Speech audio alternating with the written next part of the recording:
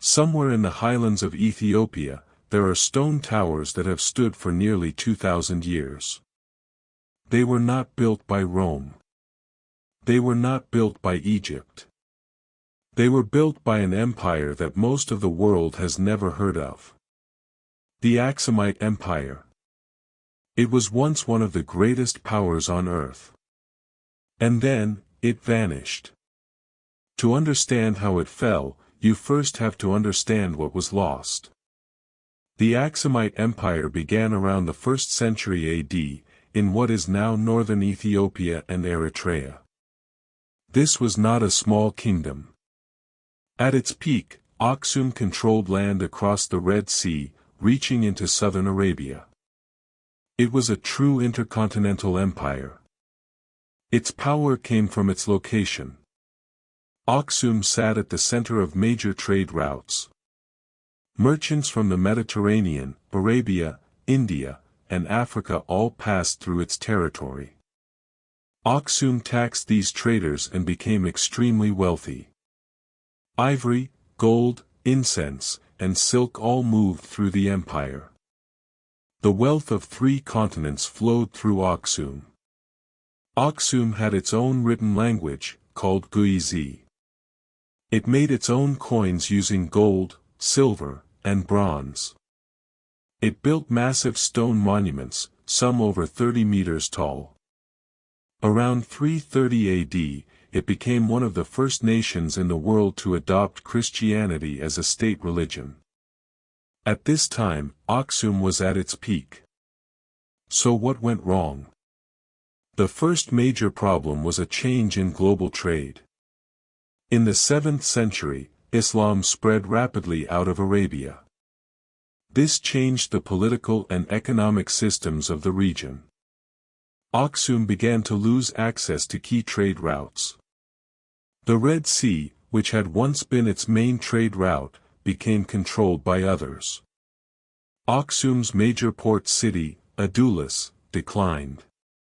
Without this port, Aksum could no longer trade effectively with the outside world. Gold stopped flowing into the empire. Trade slowed down. An empire that depends on trade cannot survive without it. At the same time, the environment was changing. For centuries, trees had been cut down for building, fuel, and farming. Eventually, the land could not recover. Without trees, the soil was washed away by rain. Farming became difficult. Droughts became more severe. Food shortages began. When an empire cannot feed its people, it begins to weaken. People started leaving the northern regions and moving to safer areas. The empire slowly shrank. Another sign of decline came from its economy. For centuries, Aksum had produced coins. Coins are a sign of a functioning economy. They allow trade, taxation, and government systems to operate. Then, sometime in the 7th century, the coins stopped. No new coins were made. This meant trade had collapsed. It meant the government was no longer functioning properly. This was a clear sign that Aksum was dying. Then came the final blow. Around 960 AD, a powerful leader named Yodit attacked the weakened kingdom. She is remembered as a warrior queen. Her origins are still debated by historians. But her actions are well known. She destroyed churches. She attacked cities. She targeted the royal family. By this time, Aksum was already weak. Yodit's invasion pushed it to collapse. After her, the Aksumite Empire was gone. But the story does not end there. Aksum did not completely disappear. Its people survived. Its culture continued. New dynasties rose in the region. The Guizi language is still used today in religious settings. The Ethiopian Orthodox Church still exists.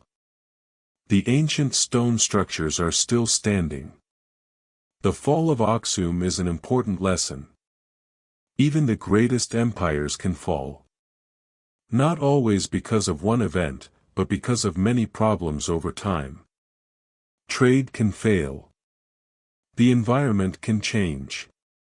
Leadership can weaken. But culture can survive. The Aksumite Empire may have fallen. But its legacy is still alive today.